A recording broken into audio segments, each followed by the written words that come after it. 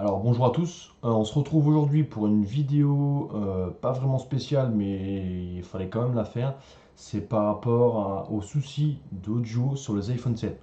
Donc comme vous le savez, les iPhone 7 ils ont une épidémie, c'est infernal. Si on n'en fait pas une dizaine, quinzaine par semaine, c'est gentil. C'est le problème de son. Donc pour ceux qui ne savent pas trop, le problème de son sur les iPhone 7, les symptômes ils sont assez classiques. Un téléphone met du temps à démarrer.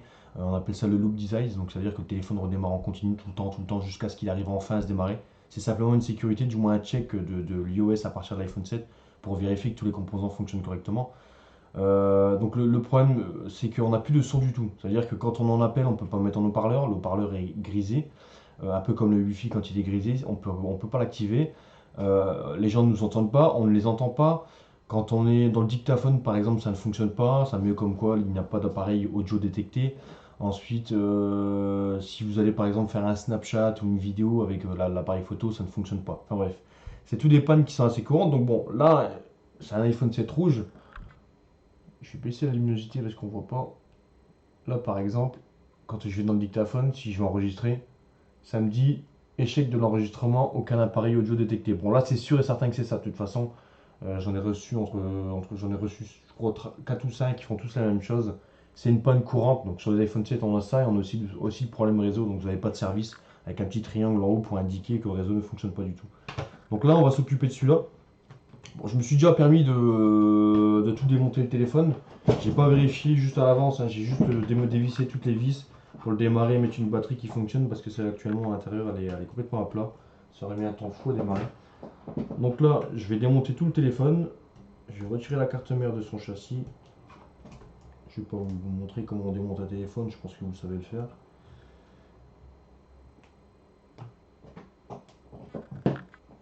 Alors,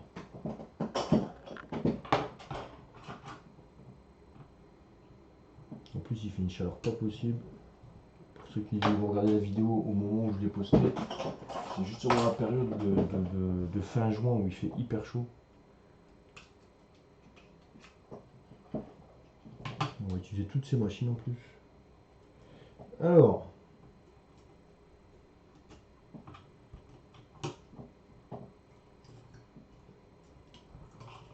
bon, pour ceux qui ne le savent pas, je fais aussi.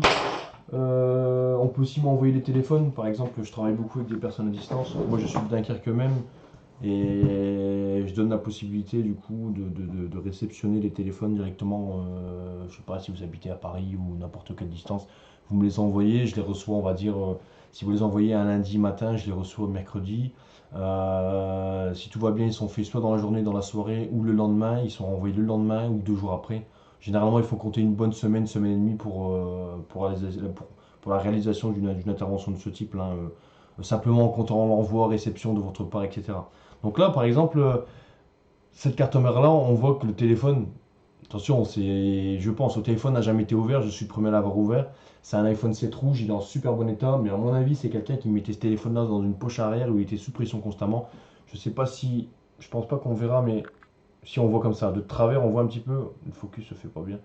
On voit ici la protection, hein, la protection noire ici qui est autour, qui est au-dessus. On voit qu'elle a pris la forme, un petit peu les composants. Normalement, elle est un peu plus qu'en dessous, elle est un peu plus plate, même si c'est en dessous, elle est vraiment pas si plate que ça. Là, on voit qu'elle a pris la forme des composants en dessous, ça veut dire que la carte mère, elle a plus ou moins pris.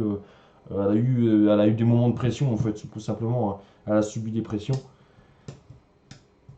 C'est souvent dû à ça, c'est un peu comme la panne sur les iPhone 6, les iPhone 6 et 6 Plus, là, avec leur problème de réseau, le problème de. Il y a eu aussi quoi? Il y a eu aussi le souci tactile. C'est les pannes de monnaie courante, hein. Même encore 5 ans après, on les fait. Donc, je vais retirer la protection au-dessus. Essayez de la garder, cette protection. C'est important. Si vous en mettez pas, il risque d'y avoir des. Je sais pas, il peut y avoir, imaginons, un morceau de verre qui rentre à l'intérieur si l'écran était cassé. Ça peut endommager des composants.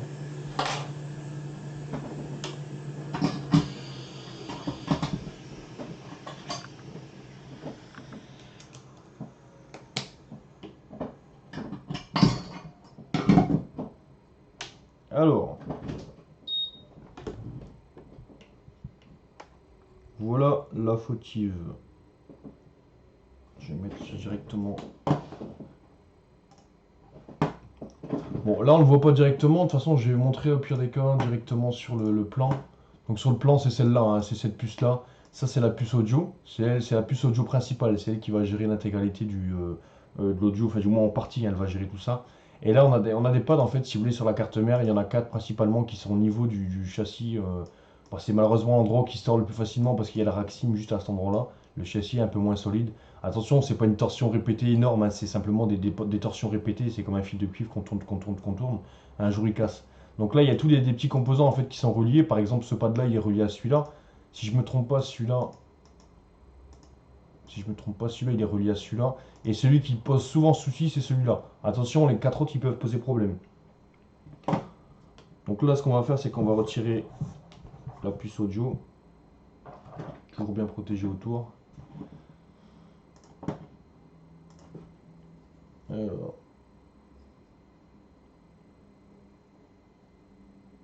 on va protéger tout le contour.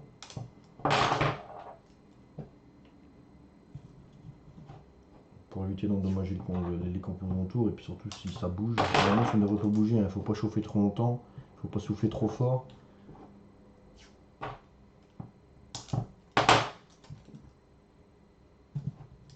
Oh, voilà. Alors, je viens de me brûler.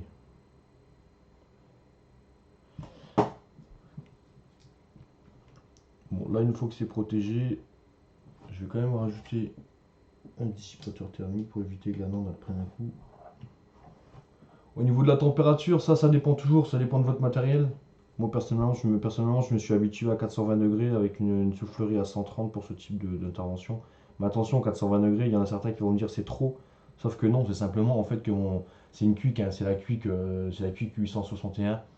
Et en fait, celle-là, je l'ai reçue, j'avais pas de la possibilité de la régler parce que j'avais pas de capteur de température. Et du coup, bah, je l'ai laissé comme ça, je me suis habitué comme ça. Et finalement, un jour, j'ai eu un capteur de température. Et je me suis rendu compte que quand j'étais à 420 degrés, finalement, j'étais à 330. Donc, je suis plus ou moins bon. 303, si c'est bien calibré, 330, 350, c'est bien pour retirer une puce comme ça. Il faut pas durer plus de. Si vous dépassez une minute, ça devient un peu compliqué. Là, normalement, ça devrait pas dépasser les 1 minute 30 grand maximum. Je vais quand même bien la régler. Donc là, je suis à 415. Je vais mettre à 130. Après, tout dépend du flux, du flux que vous mettez aussi. Hein. Il faut mettre le bon flux, de la bonne qualité.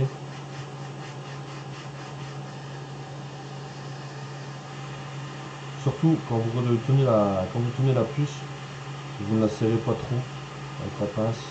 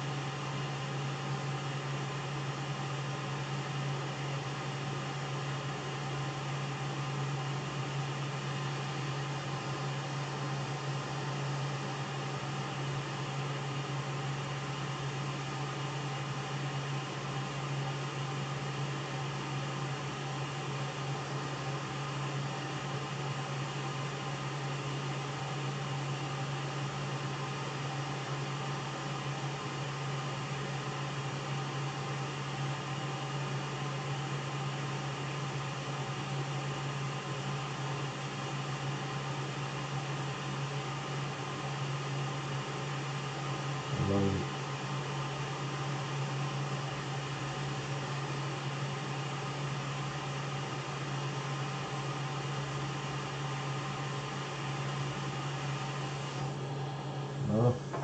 Bon. Alors on voit tous les potes qui sont partis en haut. J'ai pas du tout tiré, hein. Je les ai laissés venir tout seul.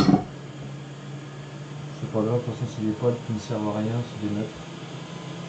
C'est simplement des points de fixation. Alors, par contre, j'ai bougé un petit peu celui-là. Je vais le remettre en place.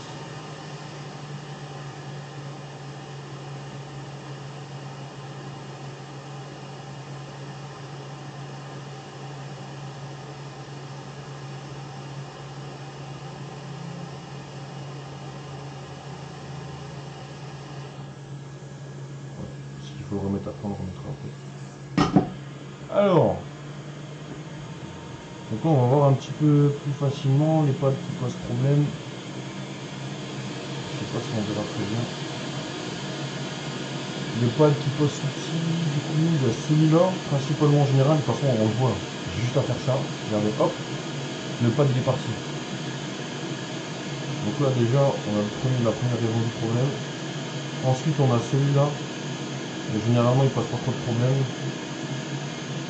Peut-être que aussi, de toute façon, par précaution, on va tous les faire, comme ça, au moins, on sera tranquille.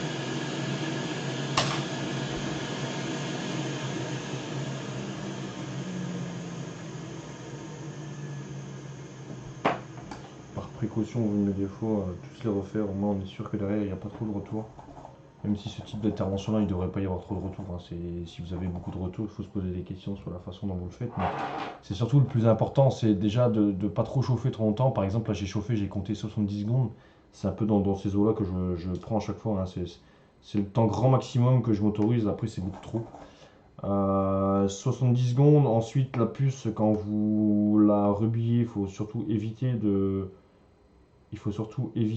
trop la serrer avec la pince, même en la nettoyant. Mais sinon c'est tout, hein, normalement il n'y a pas de raison. Les composants autour c'est pareil. Il faut faire en sorte qu'ils ne bougent pas trop. Ça peut arriver malheureusement, mais c'est pas la mort. Hein. Les composants ça se remet facilement. En général, il faut aussi retirer un petit peu là. Il faut passer un coup de tresse, hein, pour retirer le maximum. Bon, moi je le fais pas. Parce que ça ne demande pas forcément de. Pas pour ce type d'intervention là. On peut le faire si on veut, mais c'est pas forcément nécessaire. Ce qui est important de le faire surtout, c'est par exemple si vous faites une lampe, si vous faites un processeur. Ça c'est un peu plus important. Toujours bien nettoyé.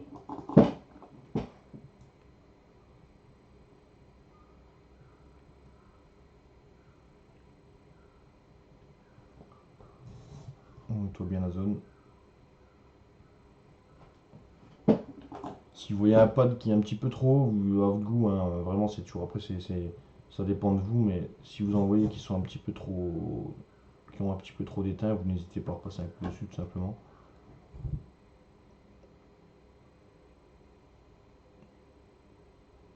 Là tout va bien. Alors, du coup, on va s'occuper de celui-là. On va faire un jump directement. Donc là, on va gratter la piste. Bon, certaines personnes ne grattent pas la piste, hein, ils font directement le pont comme ça, mais bon, c'est plus simple, ça tient mieux. C'est plus simple et ça tient mieux.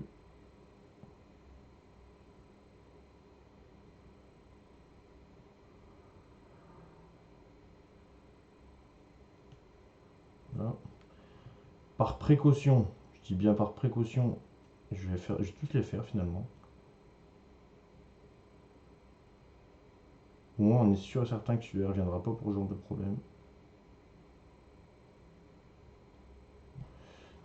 Je vais faire aussi celui-là.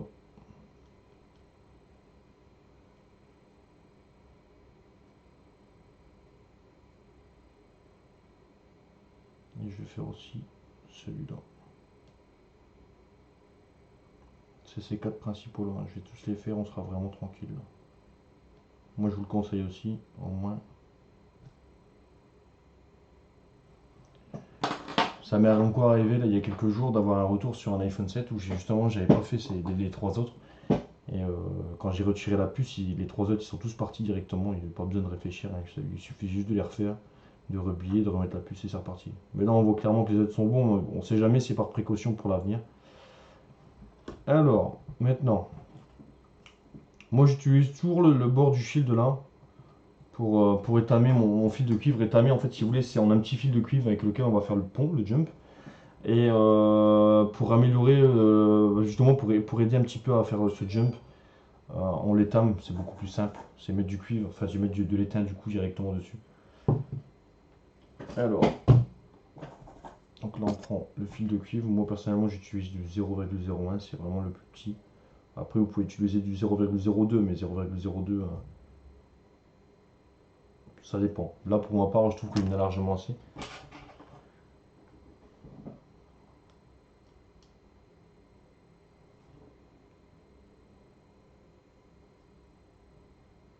Donc là on étame. Je vais remettre un peu de flux parce que ça passe plus bien. Comme je dis, le flux est super important, là on vient de le voir, hein. Si vous n'avez pas du bon flux, ça ne marche pas, hein. Ça va faire des pâtés, on n'est pas. C'est à l'école là, quand on faisait sans flux. Hop, voilà. Maintenant, on va mettre un petit peu d'étain aussi sur les circuits.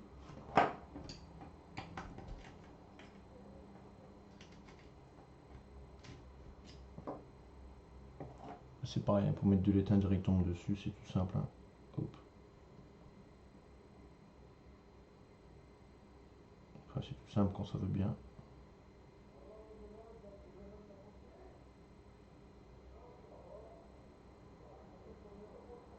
Là, là aussi. Et là aussi.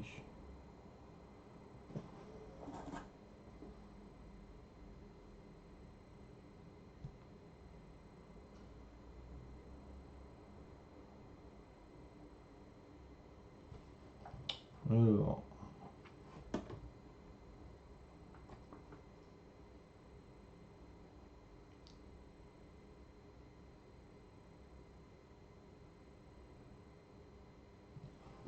donc là, on va commencer par celui tout à gauche.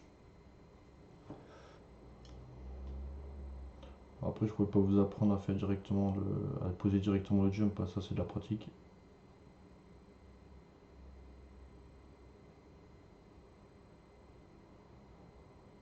Donc là, lui, il est posé. Je vais bien regarder de près. Non, il n'est pas bien posé.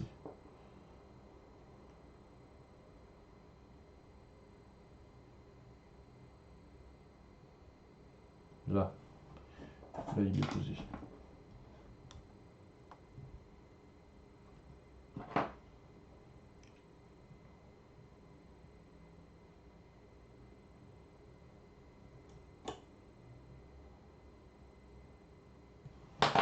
Ensuite, on va faire celui-là.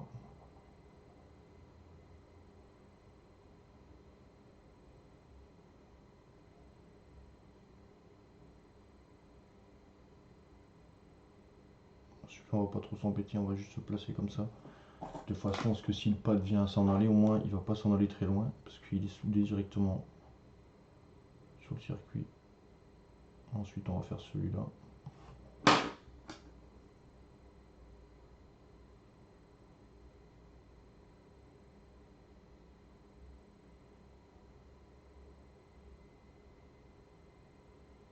Lui aussi.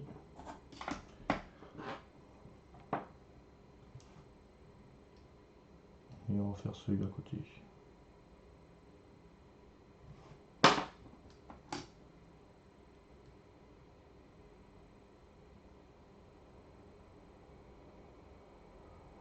Bon, ça c'est une panne récurrente hein, sur les iPhone 7. Étrangement, les iPhone X, il y a pas mal de soucis aussi. Je vais pas vous dire quoi parce que sinon vous allez paniquer. Si vous le faites tomber par exemple l'iPhone X, il y a des soucis au niveau des pads qui permettent de relier les deux cartes mères ensemble.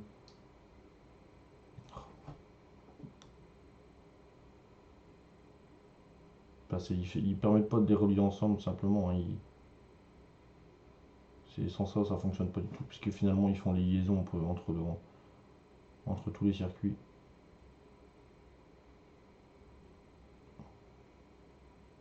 Bon, celui-là aussi. Au moins ça bougera pas.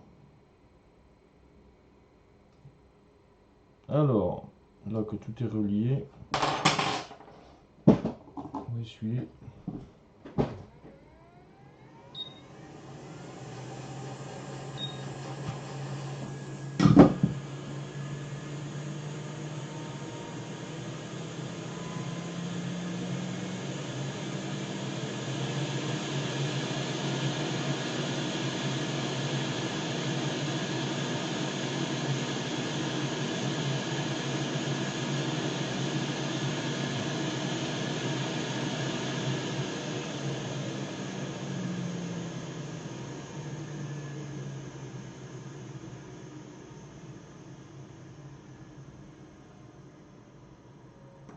Alors,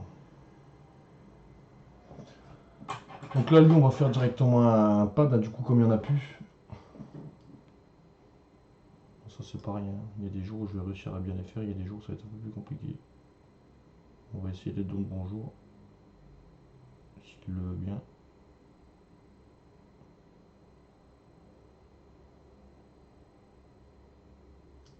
En même temps, ma pince elle est un peu usée sur les bords, normalement elle doit être plus fine que ça. Et là, elle est un peu ronde. Bon, ça va pas faire un beau rond. Le but, c'est que ça fasse bien contact. Voilà. Là, au moins, ça fera bien contact. On va essuyer encore un coup.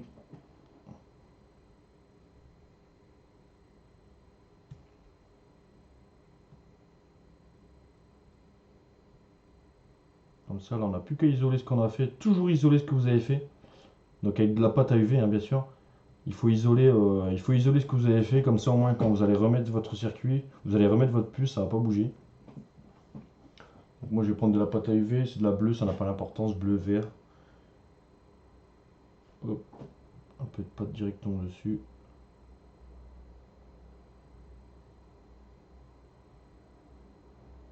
Si j'y arrive.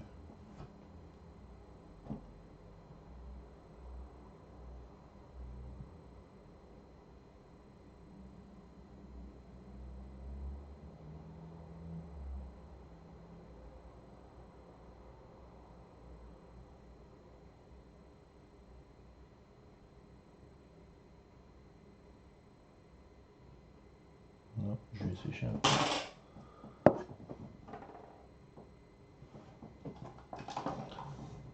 Et pendant que ça va sécher sous la lampe à UV, on va rhabiller directement la puce. On va la rhabiller comme ça au moins, ça ce sera fait.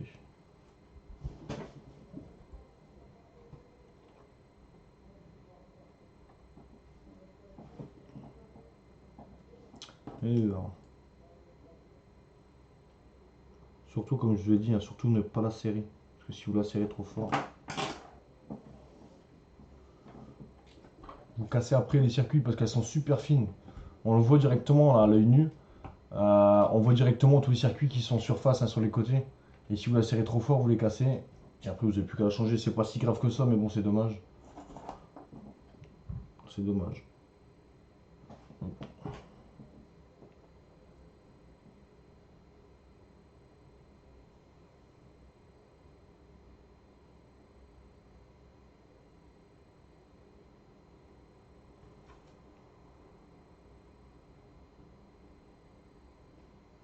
Là. Pareil, là je l'essuie. On ne serre pas trop non plus. On prend son temps pour bien la nettoyer, retirer le flux. Si nécessaire, vous la chauffez légèrement, comme ça ramollit un peu tout.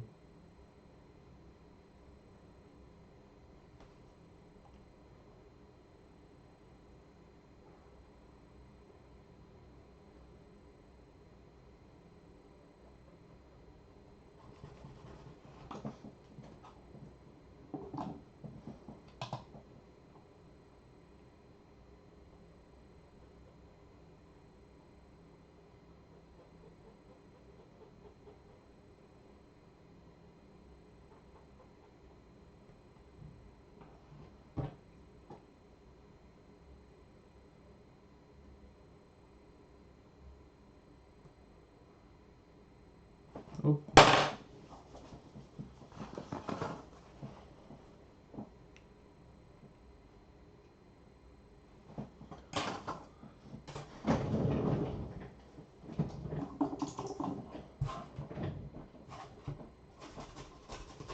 Je nettoie juste un peu le stencil.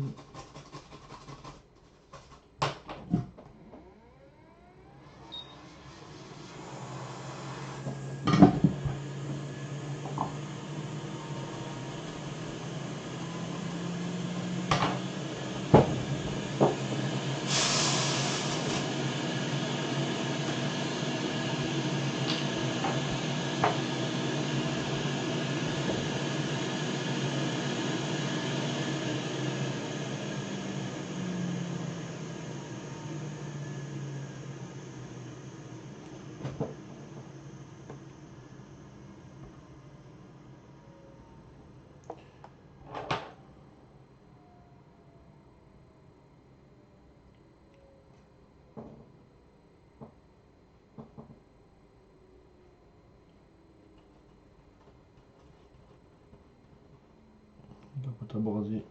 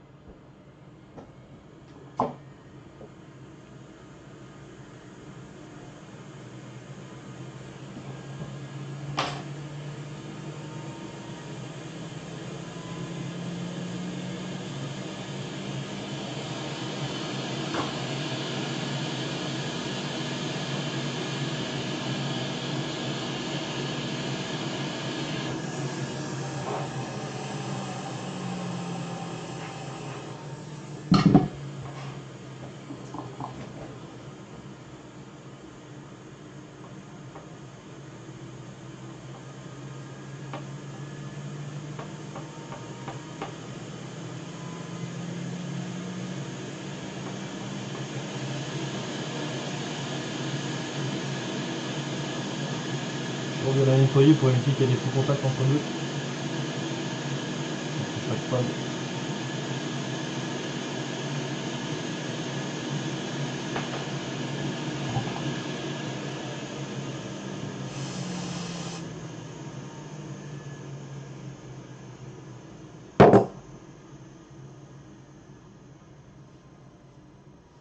Voilà.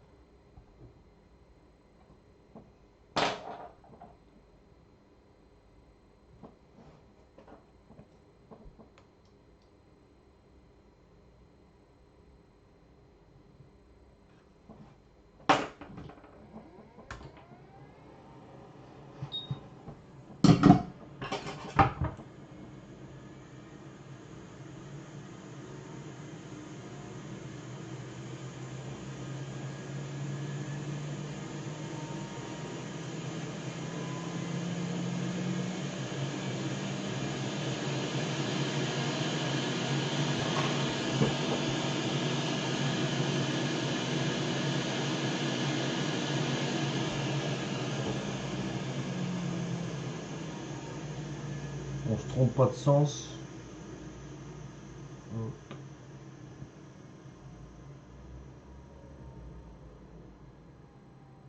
Bon ça, bon, c'est une panne basique, hein, je veux dire, on en fait tellement qu'à force, c'était marrant au début, maintenant ça l'est un peu moins.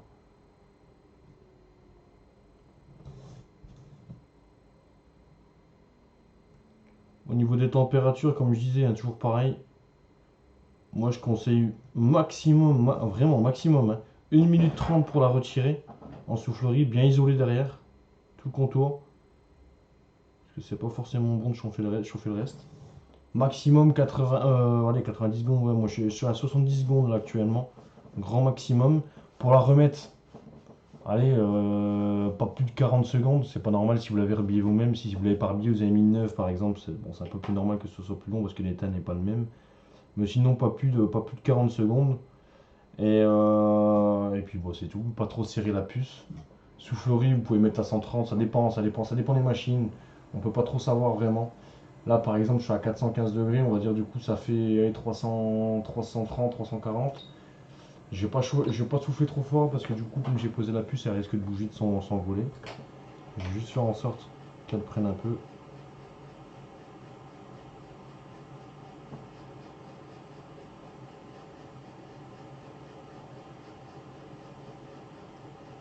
Après, ça se fait au feeling, ça se fait par habitude. L'habitude surtout. C'est surtout de l'habitude. Donc là, j'ai augmenté un peu la soufflerie. Là, j'étais à 60. Je vais mettre à 90. Et normalement, pas plus de 30 secondes.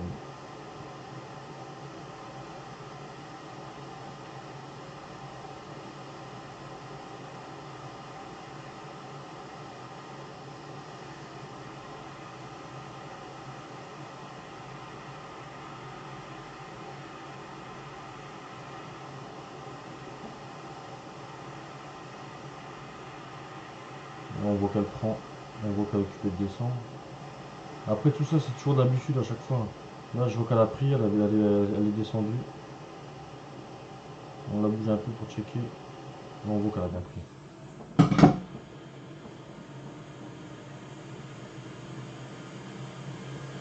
On va attendre un peu. Que ça refroidisse.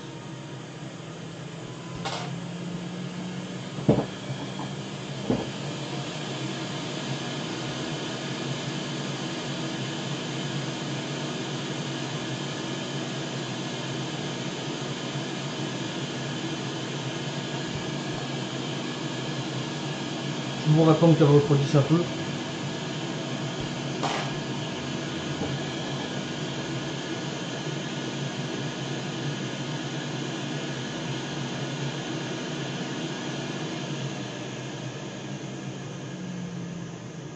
Je vais nettoyer un peu pour tout. Bon, ça peut arriver, hein, mais vraiment rarement. Après, tout dépend ce que vous faites avec la puce. Comme j'ai dit tout à l'heure, si vous l'écrasez trop, vous pouvez la casser. Si vous la cassez, bah, il faut juste la remplacer. Il faut au moins en avoir en stock. Ça arrive très rarement, c'est possible, hein, je sais pas, on sait jamais à l'avance, mais chaque cas est différent. C'est possible que là, je vais relancer le téléphone, la puce ne va pas fonctionner, je vais devoir en mettre une neuve. Malheureusement, c'est un peu le jeu. Si on veut pas faire ça, il faut faire la réparation basique, mais de toute façon, on verra bien. Là, je vais bien nettoyer un peu le contour.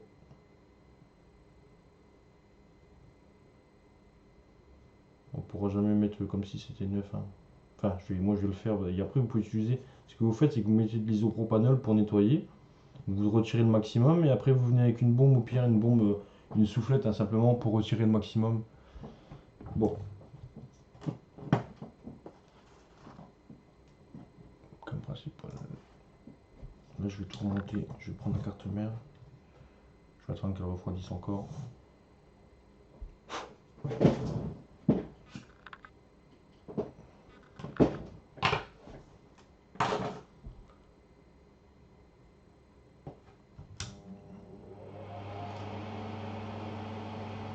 Surtout, par contre, il y a une chose qui est importante. Là, je ne l'ai pas activé. Je ne l'ai pas activé pendant que je faisais la vidéo parce que sinon ça fait trop de bruit. Enfin, là, c'est l'aspirateur. Il faut aspirer les fumées, surtout aspirer les fumées. C'est pas bon, c'est toxique.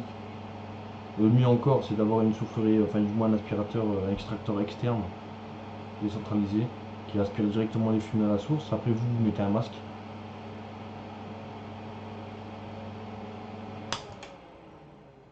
Bon, elle est froide.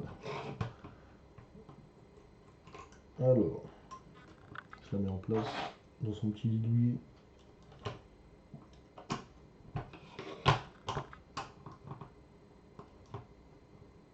On branche le strict minimum, pas besoin de tout brancher. Écran, batterie,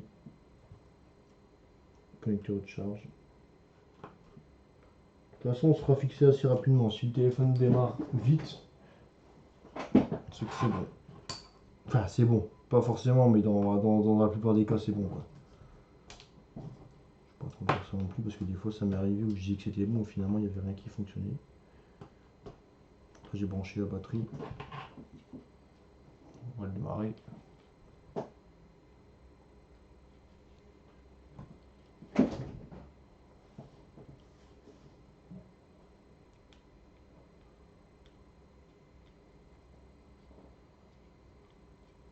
Là pour l'instant il est pas encore dans le check. Là il va arriver au check. Là il est au check.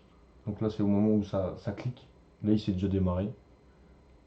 On va dans le dictaphone. Hop. Et là, tout fonctionne. Allô, allô, test à 2.